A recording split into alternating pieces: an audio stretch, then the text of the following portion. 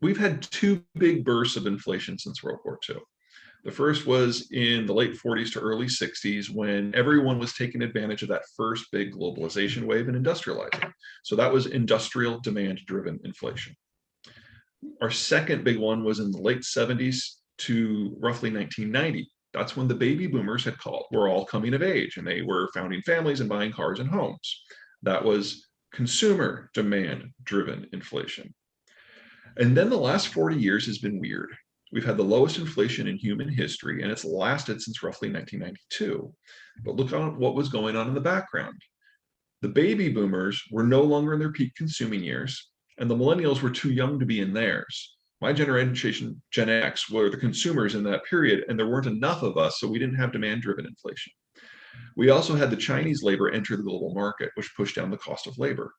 The baby boomers tended to favor two-income families, which also pushed down the cost of labor. And then the Soviet system collapsed, Soviet industry collapsed, but Soviet raw material production did not.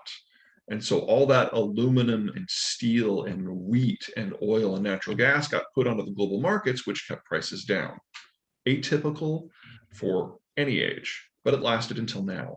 Well, now the Russian stuff is going away because of the war. Chinese labor has aged out. The millennials have come in their own as consumers.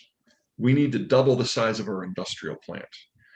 Every inflationary thing from the last 70 years is being repeated now, and every disinflationary thing from the last 40 years is now flipping on its head. So we were always, with the rebuilding, with the demographic shift, with deglobalization, we were always going to have an inflationary pulse here, and it is going to last until such time that we probably double our industrial base. I don't see that process being done until at least 2027. So regardless of what Trump or Biden do or don't do, this is the macroeconomic environment now.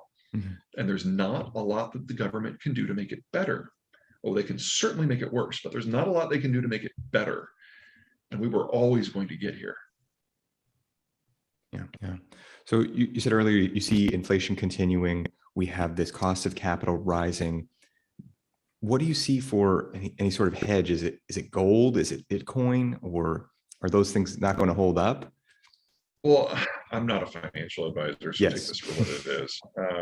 I'm not a big fan of Bitcoin. I don't think it serves much of a purpose. I think it is kind of the quintessential example of the odd thing that pops up in an environment when capital is cheap and available. And as soon as that removes, as it is being removed right now, I just expect Bitcoin to go away. I don't think it's going to be part of the financial architecture at all. Now, digital currencies, that's a different picture, but that's a sovereign question. We can talk about that later if you want.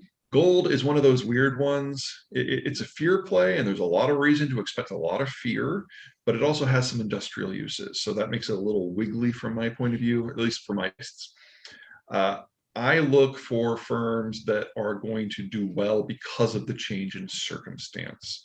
So I'm a big fan of things that are American domiciled, that serve American demand, that use American inputs, or at least North American. The United States has the cheapest electricity and energy inputs in the world. So if it's energy intensive, that actually attracts me rather than repels me. And if at the end of the day, whatever the product is exportable, that's great. So I think food processing and energy processing, for example, because the US produces more than enough for its own needs, but then those are two products that are going to be in shorter supply in the wider world. Mm-hmm. You mentioned digital currencies too. What do you have to say about that?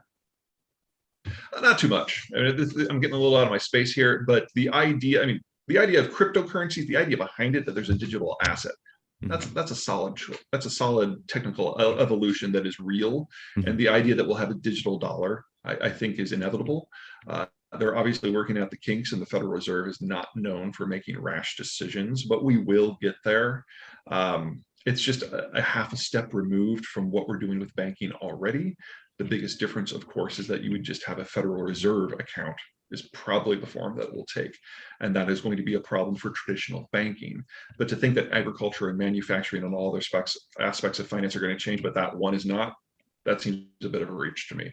We all need to get used to a faster pace of change, but ultimately what is going to allow us to get through this is building out that industrial plant. So one of the things that I'm really impressed by the United States' capacity to do is not at the national level, it's at the state and local level, of cities taking their futures into their own hands and going out and finding their own investors or building their own infrastructure or partnering with other cities in other states. We have a great record of doing that in the United States, and the communities that are better at doing that are the ones who are going to be able to write the future. Excellent. Well, Peter, thank you so much for joining me today. Hey everybody, I'm Brad Carr. Thanks for watching this interview with Peter Zeihan.